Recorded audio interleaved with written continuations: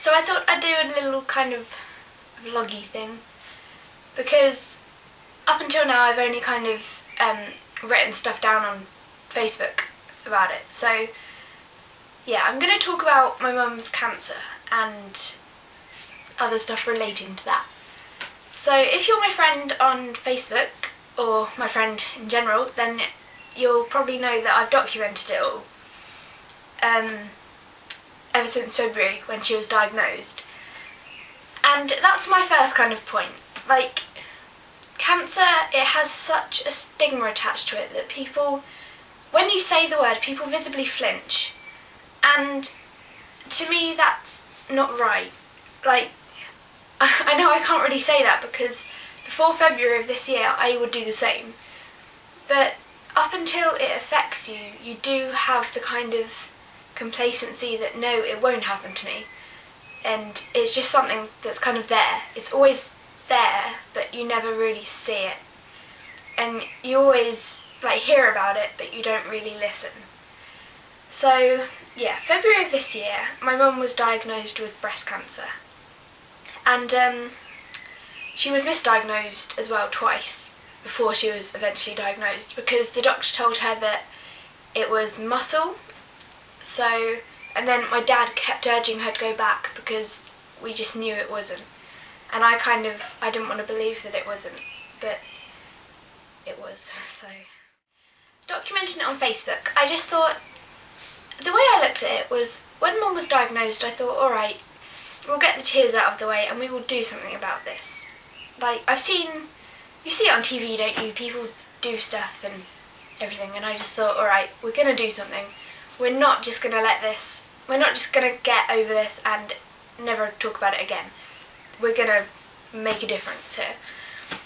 And so I thought, I was sitting on Facebook, as I usually do, and I thought, alright, what would happen if I went to the beach tomorrow? And I thought I'd put it on Facebook. You know, you take pictures, you put it on Facebook. It's kind of it's our generation, isn't it? It's what we do. So I thought, alright, tomorrow I'm going to hospital with Mum. What am I going to do? I'm going to put it on Facebook. Because, you know, it's my life. I'm not ashamed of it. So I thought, if it's happening in my life, people might as well see it. It's nothing to hide, is it? So, and I know, again, with the word, people are just, they switch off when they hear it. They don't want to hear about it. And I kind of wanted to change that. It's only a 6-letter word, and you can't be scared of it, and there's nothing to be scared about. And yeah, anyway, I just wanted to change that, because it's such an awful thing that's going on around the world. And I know it'll always go on, because it is, until a cure is found, at least it'll always go on, because it is that word, and people are scared of it, because everyone knows what it's associated with.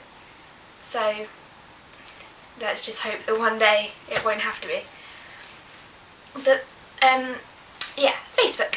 I've been documenting pretty much every day ever since my mum was diagnosed, and I've had quite a good response to it, to be honest. I thought people would be quite shocked by it, as in, why are you doing this? Why do you want people to see it?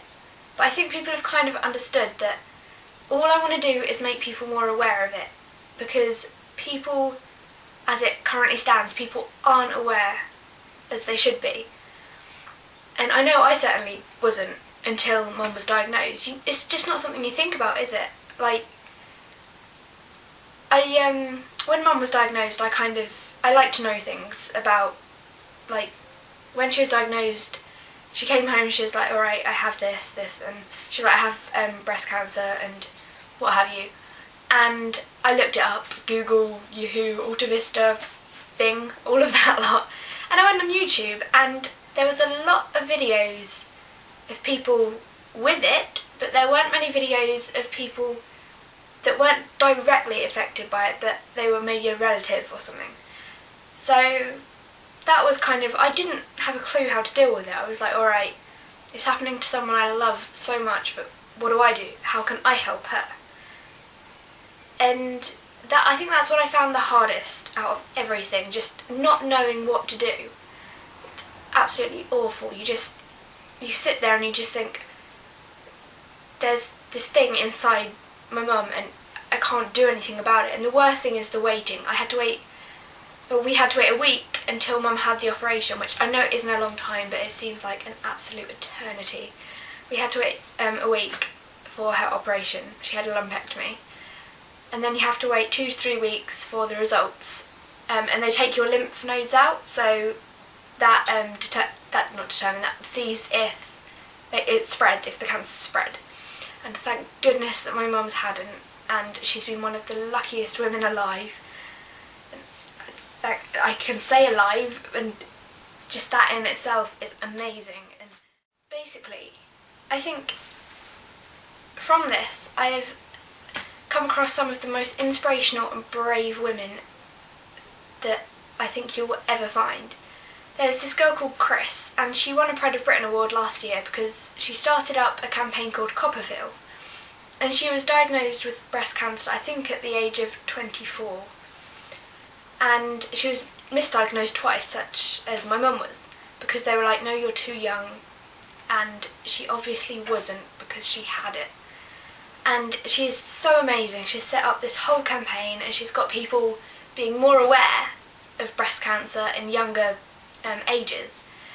And I also read about this girl. She was 14, and sadly she lost her life to it, and that just shouldn't happen, because I think people of our age especially, they're just so complacent and they just don't think about it. But you have to, the odds are that it probably won't happen to you, but you never know, it could. And have it happening to my mum, I would never ever want it to happen to my friends or anything ever again, because it is one of the most upsetting and hurtful and just confusing times of your life. To me, it was the worst day of my life. I had no clue what to do. It was awful, absolutely awful.